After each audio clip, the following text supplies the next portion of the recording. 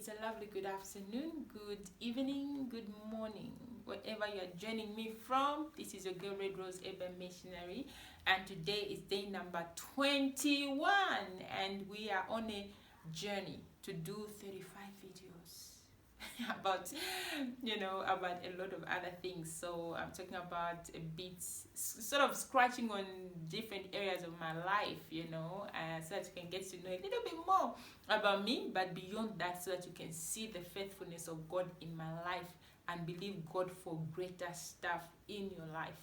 All right, so today is day number 21, which is the 21st. I'm talking about 23rd because I'll be clocking 7 years in marriage. Anyways, so today is the 21st of August 2020, and it's day number 21. And today I wanted to share about friendship, and because I believe it's very, very important, and that a lot of people struggle with friendships. So I thought I should share one or two things, maybe scratch on the surface as well, and see where that goes. Okay, so I believe that the Bible says actually that bad company corrupts good morals. The Bible says that if you walk with the wise, you become wise as well. So it's very important that you are careful about the company of your friends. Who is your friend? A friend to me is a person that you spend more time with. And depending on whether or not you define a friendship, it's pretty much what you get out of that friendship. So for example, for me, I used to define my friendships. So if I would say this one is my best friend, this one is my close friend, or this one is just my friend. So defining those friendships for me meant that there were some things that I would tell people that are close to me, like my best friend. I'll expose myself more to my best friend, to my close friends, more than to people that are just my sort of surface friends. But it depends, people define it differently. But I think for me it's very important for you to define a friendship. Like, friendship should not be something that you wake up to and say, oh, me and this person are friends. You get it? Like, it's something that you need to give consent to, because I've seen a lot of people that just say, oh, we just talked and we became friends. And then sometimes you find that sometimes works if at the end of the day you start to understand each other and you start to build each other. But in most cases, I've seen people that struggle to get out of friendships because they didn't define them. They just found themselves in those friendships, and maybe one day this person calls you a bestie and you're like, oh, so she's my bestie, and you assume that they're your best friend, and then next time you see on Facebook she's appreciating the best friend and you're not there, and you're like, but I thought I was your bestie. Maybe she said that in passing. But if you define a friendship, you'd find that you will know that this one is my best friend, I'm their best friend. You won't have to guess, you won't have to assume. And so it's very important to define that. And for me, I think the first stage is just to pray for friends, because God is the one that gives good friends, anyway, the Bible says every good and perfect gift comes from above, comes from God. So it means that God knows the kind of friends you need. God knew that David needed a Jonathan, and then God made it possible for them to cross paths, and guess what? They had an amazing friendship. So friends are very, very, very important. So you need to pray to God that God should give you friends, and don't be desperate. I know sometimes we want to be friends because we just want to take cool photos, or maybe they look nice, or maybe we think that they will they'll make us look good, and so on. In short, our insecurities sometimes draw us to choosing friends.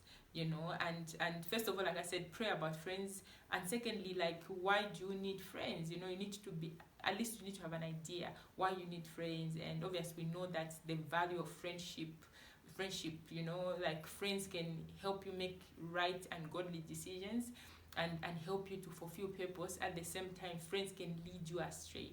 So you need to know why you need friends, in what area do you need friends, and so on.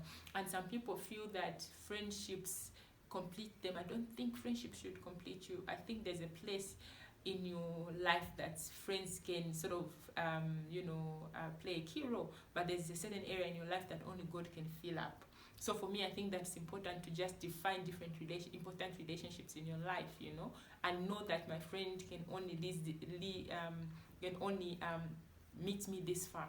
I've seen people who get depressed because their friends don't call them. They get depressed because their friends are with other friends. Some people get depressed because their friends have moved on and so forth. And I think for me, what is important is for you to know why you need friends, so that you are able to see where God is directing you to have friends. Sometimes friends might not look as cool as you think, but they have so much that you can learn from. And don't just become friends without thinking about it. Even if someone asks to be your friend, you have the power to say yes or no, and you have the power to get out of that friendship. You don't have to feel stuck in that friendship. All right. And I also wanted to say that wholeness in friendships is very important. For me, one of the things that helps me is that the people that are close to me, I make them aware of who they are in my life, so that if today I praise friend number A, or close friend number A, or sister number A, sister number B should not feel threatened, should not feel that I'm closer to that person. For me, I think I love friends who know their places in my life, so that they are not competing with anybody, because friends are unique. So if you're that kind of a person who's so possessive, then you want to sort of take a step back and think about why. You're probably hiding an insecurity somewhere. If you're that friend who's looking for friends that are just happening and just cool, take a step back and think about that, because a friendship should not complete you. A friendship should complement you. I can go on and on. I wanted to also talk about whether or not it's okay. Most of my mentors ask me to say, I feel comfortable talking to guys more than girls, or I feel comfortable talking to girls. Mostly it's like I feel comfortable talking to guys more than girls, because guys are more understanding, they'll give you the time and so on. I think there's nothing wrong with that, but just define your friendship. I've seen cases where, I think my husband had shared something where most of the times, it's possible to have a friend, male and female, but sometimes you'd find that one of you will fall in love with the other one, and then it gets complicated. Because what friendship does, it exposes you, it exposes your nice stuff to that person, even your weaknesses. So if you start to sort of share fond memories and so on with each other, you'd find that the brother might start to see a wife in that. You see, so it's something that you need to be careful about. If that brother comes and proposes love, don't be shocked. Say, but I thought you are my brother, Maybe he's seen more nice stuff even as you talk. So I won't say it is right to have, male friends or not. I'll leave it up to you. For me, what I'll say is, previously, I used to have more male friends. I used to have friends that I used to hang out with, and it was good because I learned, maybe it's because I was exposed to a lot of guys in my place of work and so on. I love the fact that guys are so determined, that's what I thought, more determined, they're go-getters and so on. So every time I interacted with guys, they would sort of push me, I'd also work harder and so on and so forth. But I've learned that there are also ladies that are like that, you see. So maybe it's a wrong perception that I had. So for you, I will leave it in your hands. Think about that. Do you really want to have friends of the opposite sex? Are you sure? Are you ready for that? I'm not saying it can't work. I know that it can work. But most importantly, I would like for you to think about your friends. Friends are critical. It's not about taking selfies. It's about people that will help you to fulfill your assignment. Friends can make you or break you, Friends can backbite. Friends can pray for you, depending on the kind of friends that you have. I've seen people that, were not so much serious, with the things of God, with their career and so on, their life.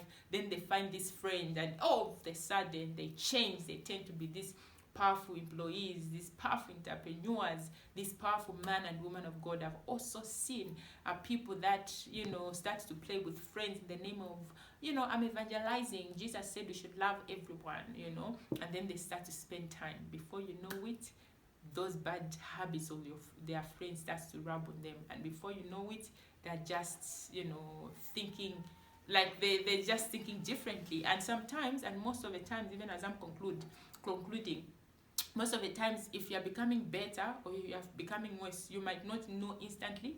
You know what I mean? But then you sometimes you realize when it's too late to say, oh my God, I never used to insult. What happened?